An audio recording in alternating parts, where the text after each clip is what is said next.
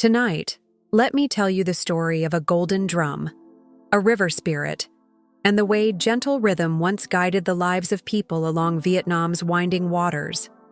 When the day is finished and the air cools at dusk, the river becomes a mirror for the moon. Children lean on their grandparents, the sound of frogs rising from the banks, and stories travel more easily than boats.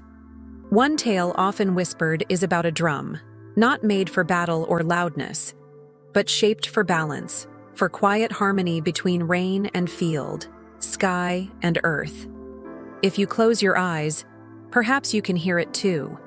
The faint, low beat of water on wood, soft as a steady heart.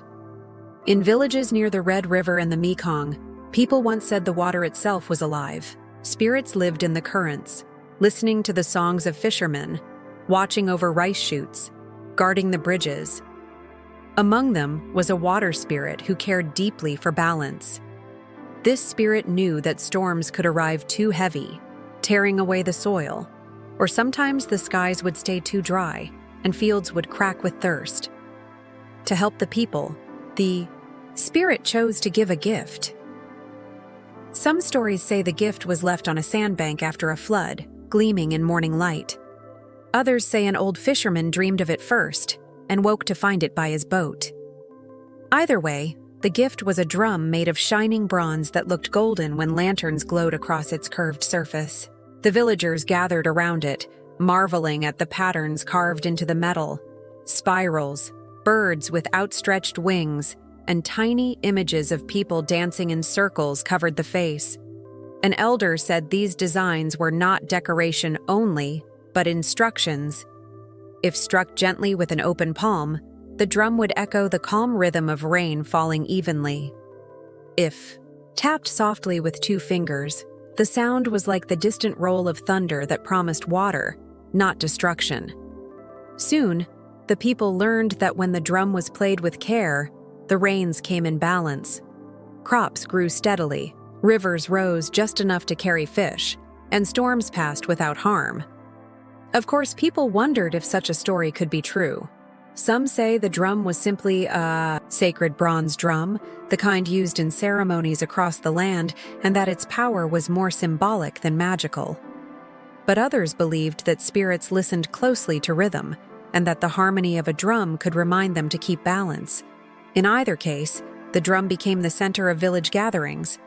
At night, when clouds formed on the horizon, an elder or a young drummer would sit by the water's edge, strike the drum in a slow, even pattern, and watch as the wind grew gentler. Children would lie down by their parents, lulled by the sound, trusting that the storm would soften. There was once a young artisan in such a village who cared for the drum as if it were alive. He polished its surface, mended the stand that held it, and studied the carvings as if they were a secret script. Some nights he wondered, were the birds carved there cranes? Or were they spirits themselves, winged messengers who carried prayers skyward? He traced the spirals with his finger, thinking they looked like water circles when a fish leaps.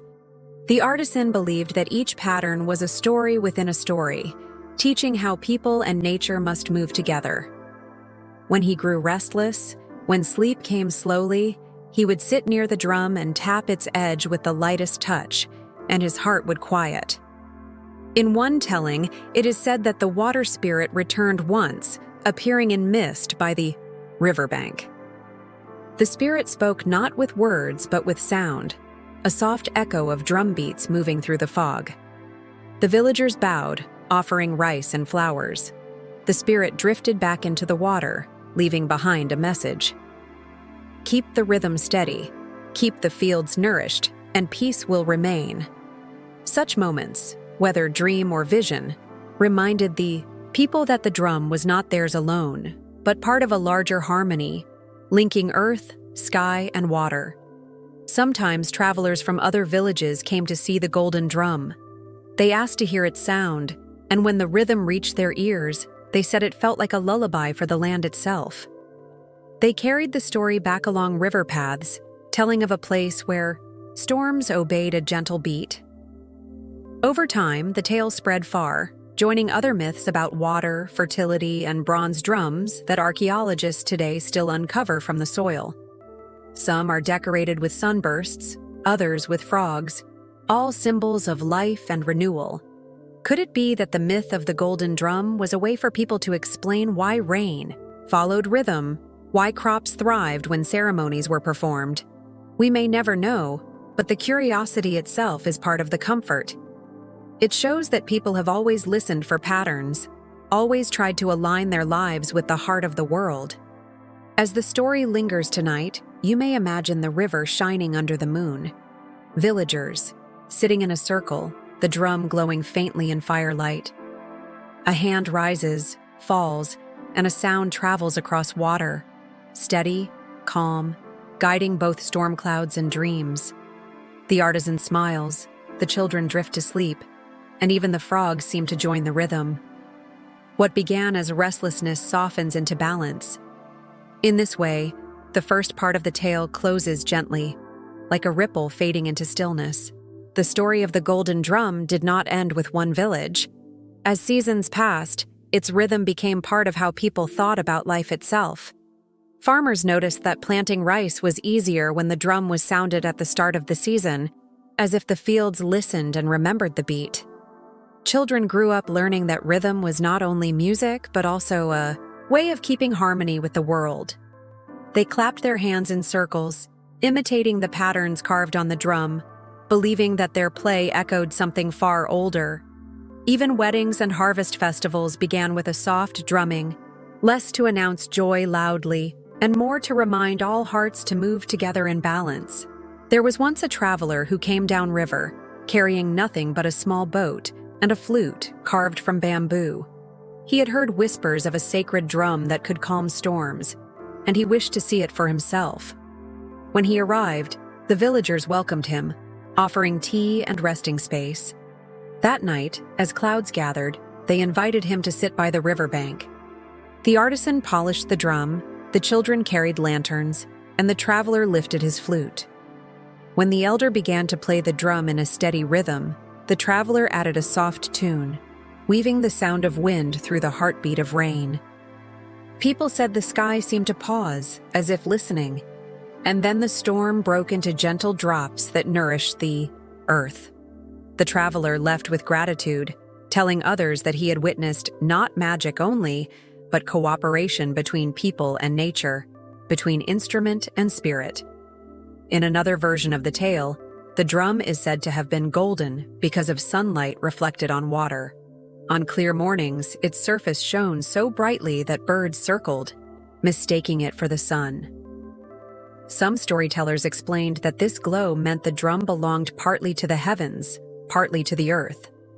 Its sound was never harsh because it did not belong to battle. Instead, it resembled the steady rhythm of breathing, the cycle of day and night, the flow of rivers. Children who asked about the meaning of the drum were told simply, "It reminds us to live as water does, moving, patient, but always finding the way." As centuries passed, other bronze drums were discovered across Vietnam and neighboring lands. Archaeologists today call them Jong Son drums, marveling at their intricate designs. They find carvings of boats, birds, dancers, and animals. Some scholars believe they were linked to fertility rituals, calling for rain to nurture crops. Others see them as symbols of community, uniting villages through shared ceremony. The golden drum of the water spirit may have been one such drum, remembered in story more vividly than in artifact. This connection is part of the mystery, how myth and history weave together, how an object once struck for ritual becomes a story that guides the heart. The artisan grew older, but he never ceased to care for the drum. When his hands trembled, he taught the younger ones how to strike it gently, never with force, always with steady breath. He reminded them that the drum was not to command nature, but to join it. He compared its sound to the steady tapping of raindrops on leaves, to the quiet rhythm of paddles dipping into the river. "When you play," he said, "listen more than you strike. The drum is not only about the sound you make, but about the silence between beats, where the spirit listens. His words sank into the hearts of children who later became elders themselves, repeating the same lesson. Sometimes, on long evenings, villagers told the story of how the water spirit gave the drum as a gesture of care. In some retellings, the spirit appeared as a shimmering woman rising from the waves, in others as a dragon coiled with light. But always, the spirit was gentle, offering a gift so humans and rivers would remain in harmony. These variations never disturbed listeners. Instead, they reminded everyone that myths change as rivers do, bending and flowing, carrying memory from one generation to the next. The traveler with the flute returned many years later, now with gray hair and slower steps. He was welcomed again as family, for anyone who once shared music by the river was forever part of the village. That night, the drum was struck once more, and he raised his flute, though his breath was not as strong as before. The children, now grown, added their own instruments, gourds, wooden sticks, voices humming softly. The river reflected their gathering like stars on the surface. In that moment, the golden drum was no longer just a gift of the spirit, but a gathering point of human kindness. Even if storms rose, even if seasons shifted, the memory of that rhythm carried through them all. For those listening now, far away in time and place, the story carries the same comfort. It tells us that balance is possible, that rhythm can be gentle, that storms need not frighten. It suggests that harmony is not forced but invited, not commanded but encouraged with care. Perhaps this is why such stories survived, because they offered reassurance more than spectacle. They were not about thunderous battles or fierce gods, but about a steady drum and the patient hearts that kept it safe. As night deepens, imagine once more the riverbank lit by lanterns, the artisan's careful hands, the flute's soft voice. Imagine rain falling evenly across rice fields, each drop a blessing. The frogs call, the water flows, and the drum beats like a soft promise that balance will return, that sleep will come, that the world moves in cycles of rest and renewal. With that thought, the second part of the tale closes. Like a gentle hand placed over yours, steadying, calming, guiding you into stillness. The golden drum remained in stories even when centuries shifted and villages changed. Some said it was buried beneath a riverbank, safe from hands that might misuse it. Others whispered it was taken back by the water spirit, who believed humans had learned enough of rhythm to carry on without it. Either way, the memory stayed, not as a tale of loss, but as a reminder. When fishermen rowed at night, they hummed low rhythms to guide their strokes. When mothers rocked their children, they tapped the side of the cradle with steady fingers. The drum was gone, but its beat continued in daily life, quiet and unseen, yet always present. There was an elderly storyteller who lived by the river long after the artisan and the traveler were gone. Her back was bent, her voice soft, but her presence carried the weight of memory. Children gathered near her mat in the evenings, eager to hear tales before sleep. She told them how storms once threatened the fields, and how the spirit gave a gift of balance. She never tried to explain too much, never forced them to believe.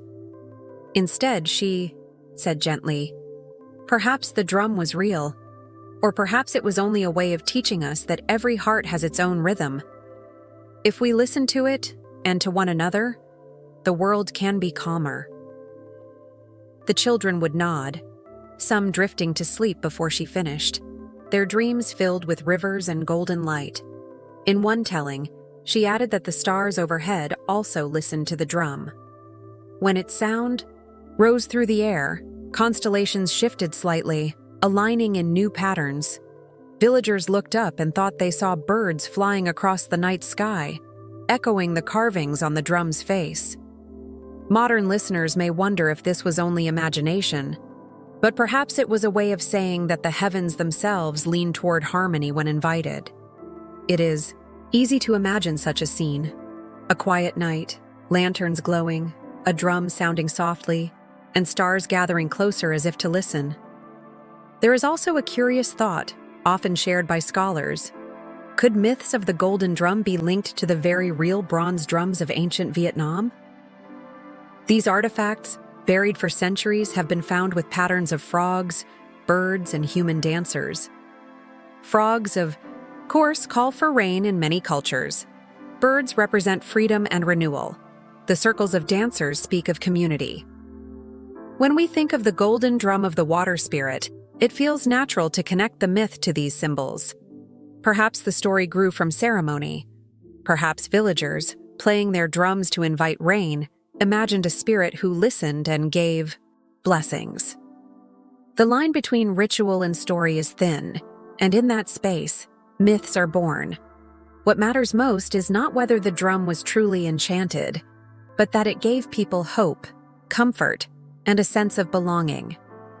As the storyteller aged, she began to compare the drum to the human body. She told the children, "Listen to your heartbeat. It is your own golden drum. It tells you when you are calm, when you are anxious, when you are in balance." The spirit gave us more than one gift. The river has its rhythm, the drum had its rhythm, and so do we. The children pressed their hands to their chests, wide-eyed at the idea that something so powerful lived within them. They carried that lesson quietly, knowing that each step they took, each breath they drew, was part of a greater rhythm of life. One evening, after rain had passed and the air smelled fresh, the storyteller spoke her final version of the tale.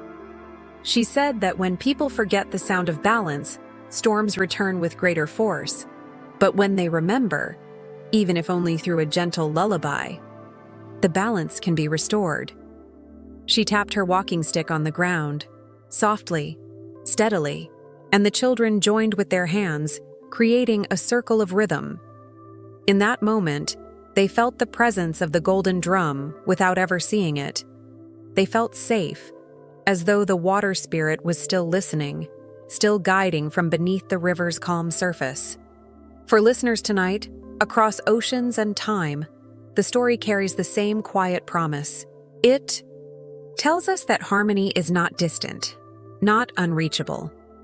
It lies in patience, in listening, in moving gently with the world rather than against it. The drumbeat is there when rain falls evenly on a roof, when waves lap against a shore, when our own breathing steadies before sleep. To remember the golden drum is to remember that even storms can soften, that even restlessness can turn into calm. So let the river's image stay with you now.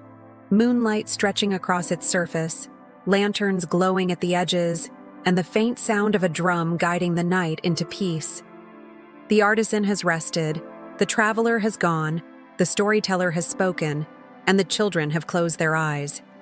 The spirit watches quietly, needing no words, only the steady rhythm that lulls both land and dream. And as you drift, you too are part of that rhythm, safe within it, carried gently toward rest. May this tale stay with you as softly as a heartbeat, as steady as rain upon fields, as comforting as a song shared around the fire. Good night, and if you enjoyed this story, remember to subscribe for more journeys into myths told in quiet ways. May your sleep be calm, and may you wake with peace, knowing that balance and belonging are always close.